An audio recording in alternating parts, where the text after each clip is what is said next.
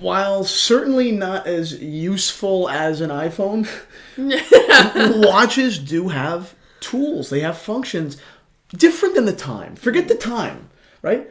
Watch history is based off of function that goes beyond that. What is up, Watch fam? I am Anna from Theo and Harris, and this is... And I am Christian from Theo. Who told you to introduce me? You can't introduce me. I started this whole thing. Just kidding. And I'm Christian from Theo and Harris, who is slowly being replaced by his prettier counterpart.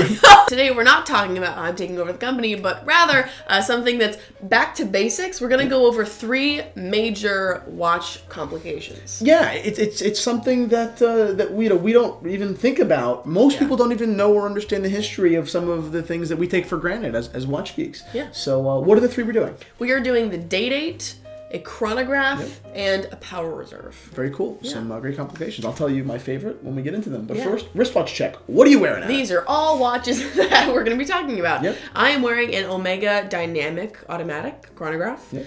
It's a pretty cool watch. It's nicely sized. It's bulky, but it's really, it's also kind of refined. It's nice. Not kind of. I think it's beautiful. Yeah. The brushed steel case is gorgeous. The matte dial, the tritium. I love the watch. And it utilizes this almost lime, bright yellow, but it uses it well. I think it's beautiful. Omega, the Omega racing chronographs are really interesting.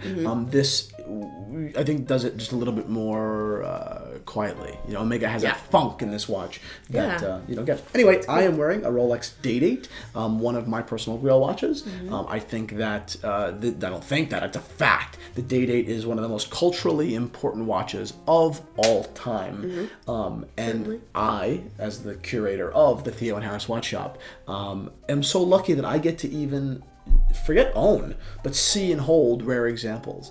This one is an early Buckley dial, meaning its numerals are painted Roman. It's champagne on champagne, fluted bezel, and the day wheel is in Spanish, Espanol. So, if you are a Spanish watch geek with a passion for day dates, that's my Dali voice, go ahead and check out the Theo and Harris Watch Shop. So today we're going to be talking about 3 fairly common complications in watches that we take for granted that we know, but so many of the people out there don't really know the history of them or what they do or why they're important. And we're also going to be announcing this month's giveaway. March 1st, we're giving away a great watch, a watch that I would personally love to own, a watch that I cannot wait to give away, because whoever wins it's gonna freak out. And that's it. So let's get into it. First complication, the day date. So mine here is a Rolex, but who actually invented the day date? Right. So actually, the company that invented the day date was Rolex. Gotcha. No, but they were the first company to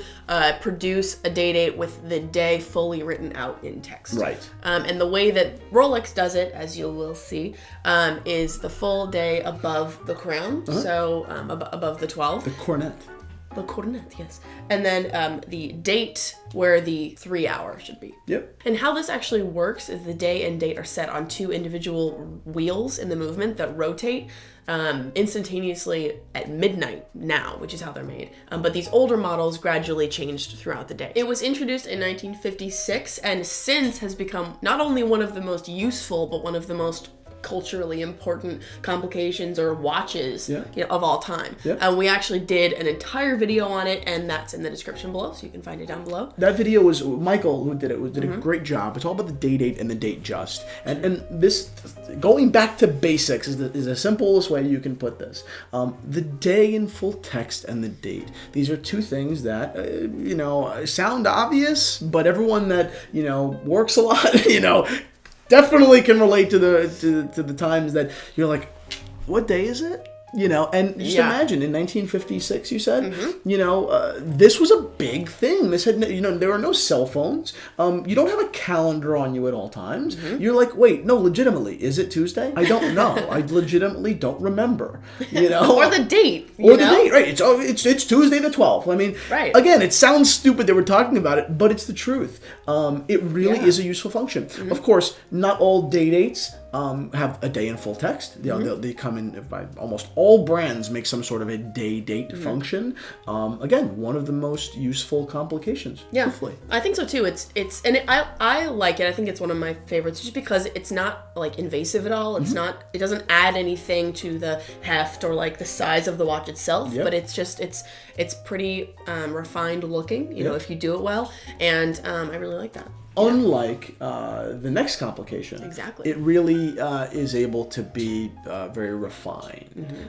Now, not to say that there aren't refined examples of the chronograph, but the chronograph is at its core a sports utility. Exactly. So tell me something about the chronograph, Anna. The next complication is the chronograph, and the example we're looking at is this omega dynamic. Yep, it's a simple 2-register configuration, meaning that one register of the chronograph measures just regular seconds, running seconds, whereas that central hand that you're usually used to measuring seconds measures up to 60 seconds of elapsed time. And every time that second hand passes the 60-second mark, indicating another minute has elapsed, that is displayed in that other subdial.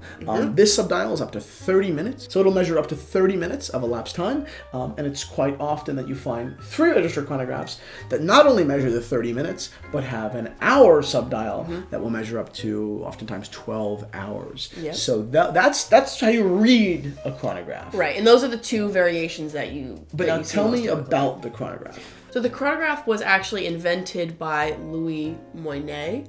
Might be mispronouncing that. I apologize. In 1816 for astronomical observations. Right. I mean, this wasn't realized till in the 2000s, I believe. In the watch, his original chronograph was auctioned off at Christie's. But until that watch was discovered, until that piece of history was discovered, it was thought that Nicolas Rieussec.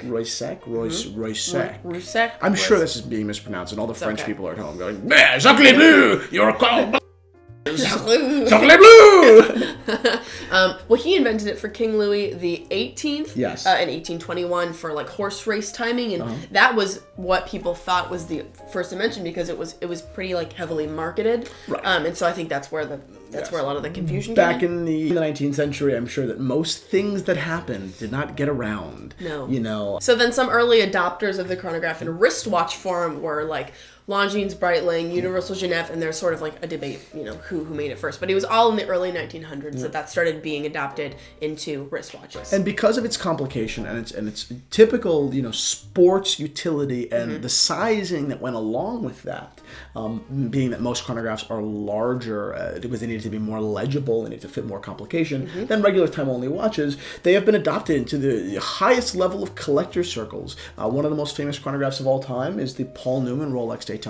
One auctioned off. Paul Newman's Rolex Daytona auctioned off recently at Phillips Auction for nearly $18 million. Again, this is because just inherently the complication, being more sporty, has a larger appeal. It's very functional, but it has a larger appeal because of its sporty nature. There are dressy chronographs.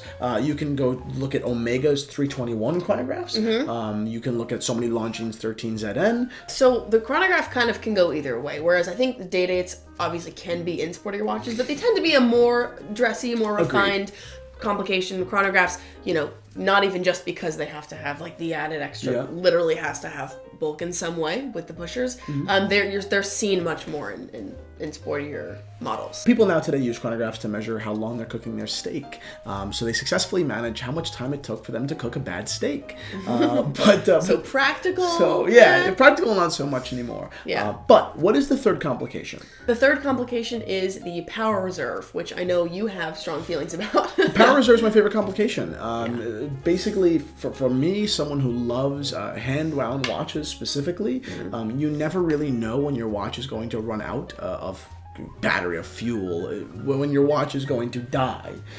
So the power reserve indicator tells you when it is going to die, so you know to rewind your watch. To me, it's probably, for my life, it's the most functional complication there is. The complication was officially introduced by JLC in 1948 with the Powermatic. The name is very self-explanatory. It tells you how much energy is left in the reserve, of the spring before it needs to be wound again. So mechanically what happens is when you wind it, the tension sort of builds in the main spring, and as it is released, the power reserve goes down and it indicates, and then you'll need to wind it once that energy and tension is gone. It's really not a complication that's very widely known. What we have here is the Martenero Edgemere Reserve. It's a New York micro brand.